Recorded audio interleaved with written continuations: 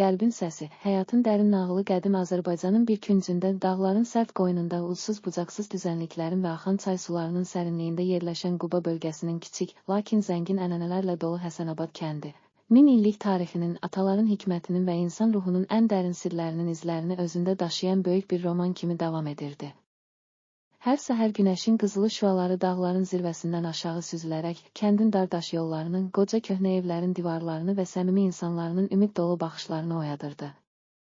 Bu torpaq yalnız fiziki gözəlliyi ilə deyil, həm də hər kəsin qəlbində, keçmişin dərslərində və gələcəyin parlaq arzularında əbədi iz buraxan müqəddəs bir məkan idi. Həsənabadın sakinləri, atalarının bizə buraxdığı dəyərlərə, sevgi, mərhəmət, ədalət və dürüstlük kimi qiymətli sərvətlərə sadiq qalır, hər çətinliyi sevgi və inamla qarşılamağa çalışırdılar. Kəndin hörmətli ailələrindən biri olan Məmmədovlar nəsli illərin gətirdiyi hikmət və sarsılmaz inamla tanınırdı. Bu ailənin övladı olan Murad, uşaqlıqdan bəri kəndin dar daş yollarında, köhnə evlərin səssiz divarlarında və atalarının nağıllarında böyümüşdü. Onun atası, qoca Həsən bəy, hər axşam ocağın qarşısında toplanan ailə üzvlərinə həyat böyük bir roman kimidir. Hər səhifəsində acı ilə şirin, kədər ilə sevinc bir araya gəlir. Biz bu romanı atalarımızın bizə buraxdığı əbədi dəyərlərlə yazırıq və qəlbimizdə yanan o müqayisə olunmaz işıq bizim ümidimizdir, deyərək gənclərin ürəyində dərin izlər buraxırdı. Muradın yanında kəndin digər bir gənci olan Tural da öz həyatının mənasını tapmaq üçün hər zaman axtarışda idi. Hər səhər günəşin ilk şüaları ilə oyanaraq dağların sərin havasını dərindən içinə çəkir, axan çayın sədasını dinləyərək və qoca palıd ağaclarının yarpaqlarından atalarının səsini eşidərək həyatın dərin sirrini anlamağa çalışırdı. Tural üçün ən vacib şey, insanın qəlbində yanan sarsılmaz ümid işığının hər çətinlikdən sonra daha da parlayaraq yeni başlanğıclar yaratması idi. Lakin son zamanlarda Həsənabadın sakinləri arasında qaranlıq və kədər dolu bir atmosfer hökm sürürdü. Keçmişin ağır itkiləri, yaşanan fəlakətlər və bəzən unudulmuş, amma dərin yaralar hələ də ürəklərdə acı səs kimi əks olunurdu.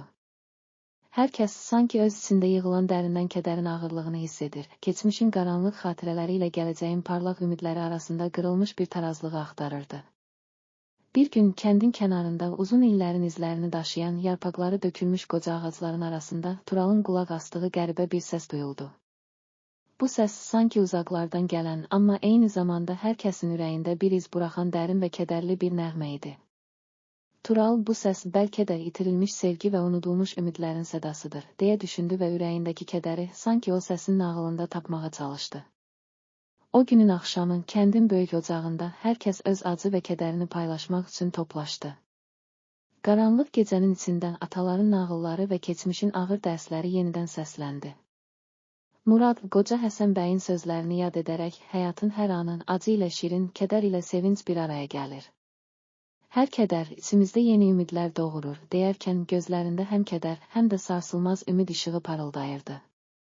Tural da o qəribə səsi xatırlayaraq, bəlkə də hər acı anın, hər kədərin arxasından bəzən eşidilməyən bir səs, sarsılmaz bir ümid və sevgi gizlənir, deyərək insanlara öz həyatlarında da belə sirlərin olduğuna inandığını ifadə etdi. Bu kədərli anlar arasında kəndin yaşlılarından biri olan Zeynəb xanım sakit və dərin səs tonunda söz aldı. Əzizlərim, həyatın ən dərin kədəri belə qəlbdə yanan ümid işığının sönməsinə yol verməz. Biz, atalarımızın öyrətdiyi kimi, hər acının ardında yeni bir başlanğıc, hər kədərin içində yeni ümidlər doğuracağına inanmalıyıq.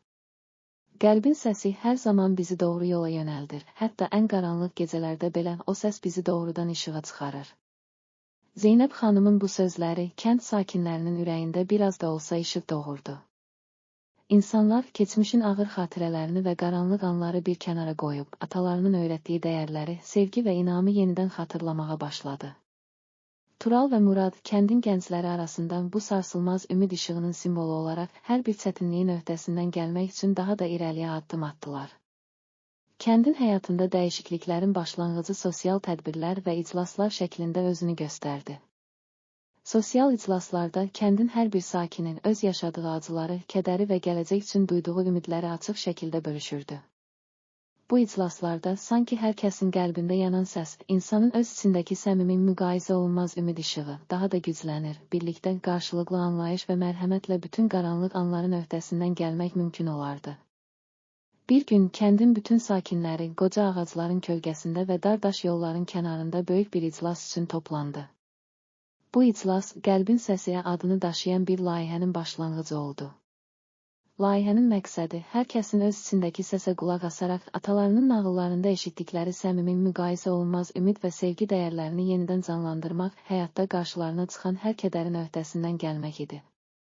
İclas zamanı Murad, Tural və digər gənclər öz həyat hekayələrindən, keçmişin dərslərindən və gələcəyin ümid dolu arzularından bəhs edərək kəndin hər kəsinə ilham verdilər.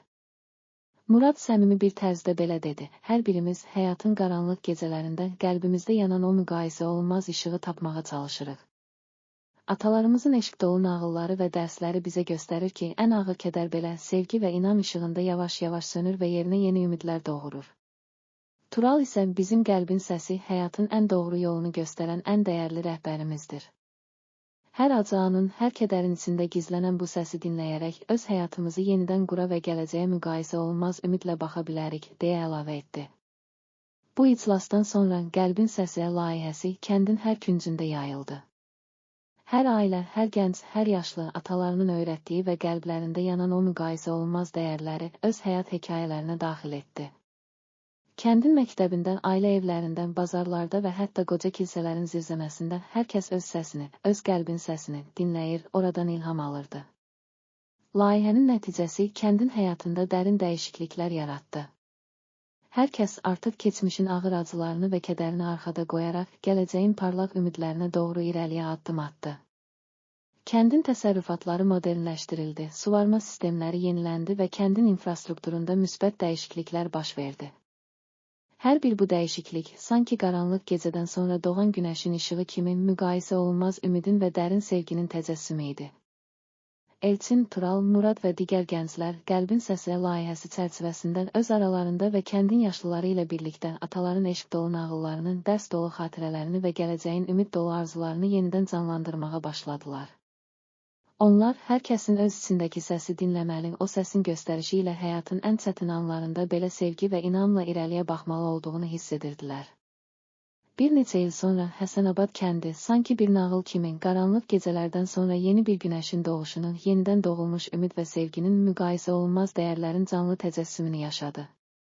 Hər səhər günəşin qızılı şüaları ilə başlayan, hər axşam ulduzların sönük işığında bitən bu günlərdə kəndin hər kəsi Qəlbin Səsi layihəsinin gətirdiyi dəyişiklikləri ürəklərində hiss edirdi.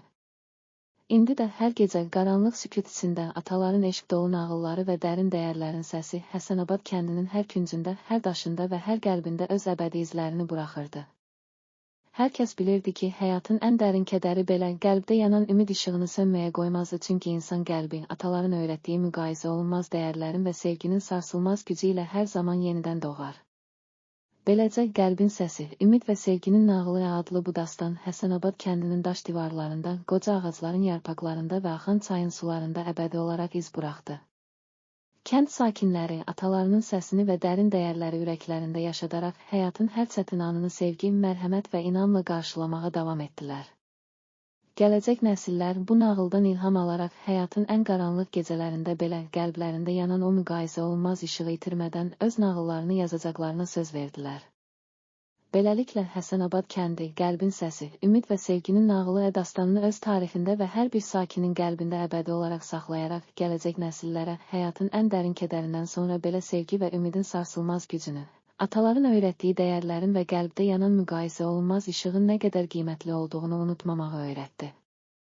Hər kəs həyatın hər səhifəsində, hər cümləsində qəlbin səsinin o sarsılmaz ümid və sevgi işığını tapdıqca öz nağıllarını yenidən yazır, qaranlıq gecələrdən sonra doğan günəşin işığı ilə irəliləyirdi. Bu, Tolstoyun romanlarında olduğu kimi insan ruhunun ən dərin qatlarından doğan ümid, sevgi və mərhəmətin sarsılmaz təcəssümü idi. İndi də hər səhər günəşin qızılı şüaları ilə başlayan, hər axşam ulduzların sönük işığında bitən o sakit gecələrdə Həsənabad sakinləri Qəlbin Səsi dastanını ürəklərində daşıyır. Atalarının öyrətdiyi müqayisə olunmaz dəyərləri və gələcəyin ümid dolu arzularını unutmadan həyatın hər anını sevgi və inamla yaşamağa davam edirdilər.